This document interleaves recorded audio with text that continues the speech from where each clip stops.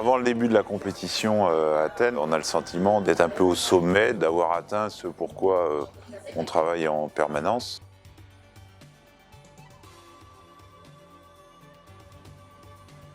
C'est les jeux, donc ça a une connotation un peu spéciale, donc tout est sublimé, quoi. C'est x2 au niveau de la pression, au niveau du côté agréable, au niveau de tout, au niveau de la sensation, c'est un petit peu plus, c'est plus.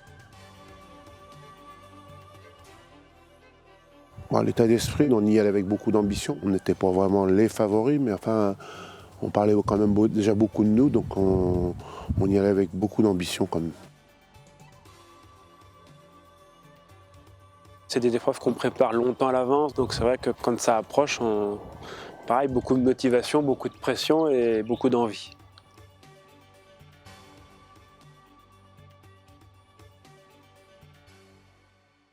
J'ai été ouvreur, donc je passais au début. Il y avait énormément de monde et je me souviens que le public d'Athènes c'est pas vraiment un public d'hommes de chevaux, quoi. Et quand j'ai fait mon premier salut, les gens se sont mis à applaudir et à hurler.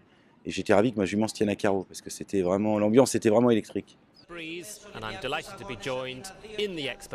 dressage, le premier jour, s'était passé assez correctement en ce qui me concerne. Mon cheval avait été assez sérieux, assez sage. C'est un cheval Expo du Moulin qui pouvait chauffer un peu, comme on dit des fois, c'est-à-dire être un peu dépassé par son émotion due à l'environnement.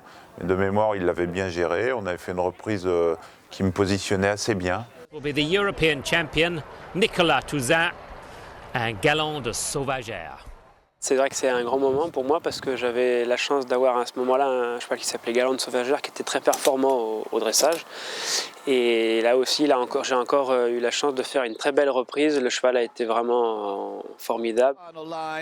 This looks good enough to put France right in touch with Great Britain and Germany. Just where will they finish? C'est pas tous les jours qu'on est en équipe comme ça, aussi bien en dressage. Donc on se dit qu'effectivement la médaille est très possible et peut-être la victoire. Ça nous avait déjà mis dans une bonne spirale et on y croyait déjà dès le dressage. Quand on est deuxième au provisoire, sachant qu'évidemment tous les meilleurs sont là, c'est plus qu'une bonne position d'attente là, oui.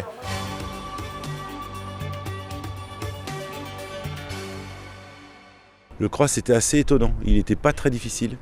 Il était surtout pas très régulier, ce qui rendait le cross un petit peu de niveau un peu disparate et ce qui, à mon avis, a causé beaucoup d'incidents quand même. Moi, j'étais un peu là-bas, en l'occurrence, pour ouvrir le cross. And this is the first for France, Cédric Liard at the Shepherd's Shed. And the French need a good start from Mon him. boulot, c'était avant tout de faire le meilleur parcours de cross possible pour donner des infos à mes camarades, quoi. Ma jument court bien, je prends un tout petit peu de temps, mais elle est sans faute en prenant tout droit partout, elle fait un beau cross. Moi, je n'ai pas eu un destin aussi heureux que mes collègues, puisque moi, je suis tombé, j'ai chuté. Et je me rappelle, c'était un obstacle, une grosse table. Le cheval a décollé une foulée avant celle qu'il aurait dû prendre. Donc, un saut totalement monumental à réaliser. Le cheval a essayé. C'est un cheval qui était à la fois courageux et doué. Chute impressionnante, d'ailleurs. Sans mal, ni pour lui, ni pour moi. Mais avec évidemment un niveau de frustration et de déception assez important. La chute d'Arnaud, bon, c'était handicapant, j'étais triste pour lui, mais on savait que la bataille n'était pas terminée, qu'on avait encore toute chance de marquer une page d'histoire. So, to the final rider and the overnight leader for France, Nicolas Touzin.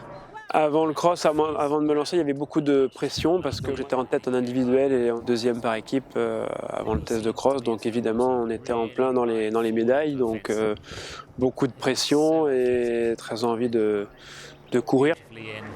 3 strides, 2 strides, there you go. As easy as that. 3 stride at the last. And great celebrations from Nicolas Touzin. Et là, quand la France termine donc en tête le soir du cross, c'est vrai que la pression a redoublé et la motivation aussi. Et on savait vraiment que là, non seulement on jouait un podium, mais même un titre olympique. Au soir du cross, on était quand même assez confiant pour une issue heureuse. Ah oui, on se dit que tout avance bien, que les chevaux ont bien couru, physiquement les chevaux allaient bien. Le saut d'obstacle, je le vis en spectateur dû à mon élimination de la veille. Alors c'est un mélange de frustration évidemment, mais avec aussi un sentiment de devoir de cohésion avec l'équipe. Le CSO, on l'aborde comme une épreuve classique. Quand on avait des bons sauteurs et des moins bons, moi la mienne c'était pas la meilleure sauteuse du lot. Je fais 2 fautes et puis la jument s'était cognée dans un obstacle la veille. Il y avait un gros hématome sur un boulet derrière. Et elle était raide boiteuse le soir, le matin ça allait, on l'a présenté, la jument plus elle se chauffait mieux elle était.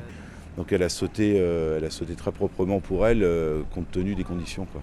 Quand moi je suis rentré sur le premier saut d'obstacle, j'étais donc le dernier de l'équipe. Je savais que j'avais le droit à une faute pour qu'on gagne par équipe. J'ai fait une faute sur le dernier obstacle, ce qui faisait qu'on se retrouvait en tête après mon passage. Donc forcément c'était beaucoup de joie qui n'a pas duré très longtemps parce qu'il y a eu un souci avec une cavalière allemande. À l'issue du saut d'obstacle, il y a la fameuse histoire de l'erreur commise par Bettina Hoy, la cavalière allemande, qui franchit 2 fois la ligne de départ du saut d'obstacle. Dès lors que la cloche sonne et indique au concurrent la possibilité qu'il a de prendre le départ de l'épreuve, il est évidemment autorisé à ne franchir la ligne de départ qu'une fois. Le chronométreur a fait l'erreur d'arrêter le temps et de repartir à 0. Alors, normalement, il aurait dû laisser courir le temps et simplement sur son temps dépassé, l'Allemagne sortait et la France passait première. Donc les Allemands ont fait réclamation, c'est parti un petit peu dans un peu n'importe comment et on a changé de médaille 2-3 fois de suite en une demi-heure, on ne savait plus trop où on était.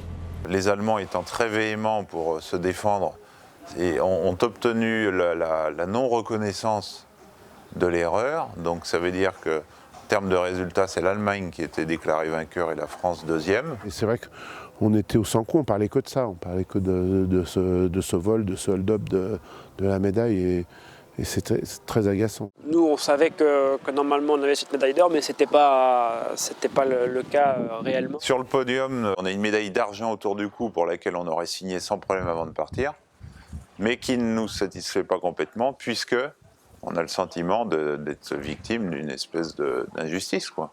Le moment du podium, pour moi, est un très mauvais souvenir. On n'a pas profité de cette médaille en direct. Bon, après, on l'a récupérée, mais c'est pas pareil. Donc on espère qu'on va se venger cette année, d'ailleurs. J'ai reçu un coup de téléphone de l'entraîneur Thierry Touzin qui venait d'avoir la confirmation qu'on avait récupéré cette médaille d'or. Ouais. J'étais dans un supermarché à faire 3 courses et mon collègue Didier Courrèges, qui était resté, lui, un petit peu à Athènes, m'appelle. Donc je me souviens, j'étais entre le rayon des tomates et des carottes et mon portable sonne et il me dit on est champion olympique. Donc c'est un moment dont je me souviendrai sûrement, oui. Ouais, ouais.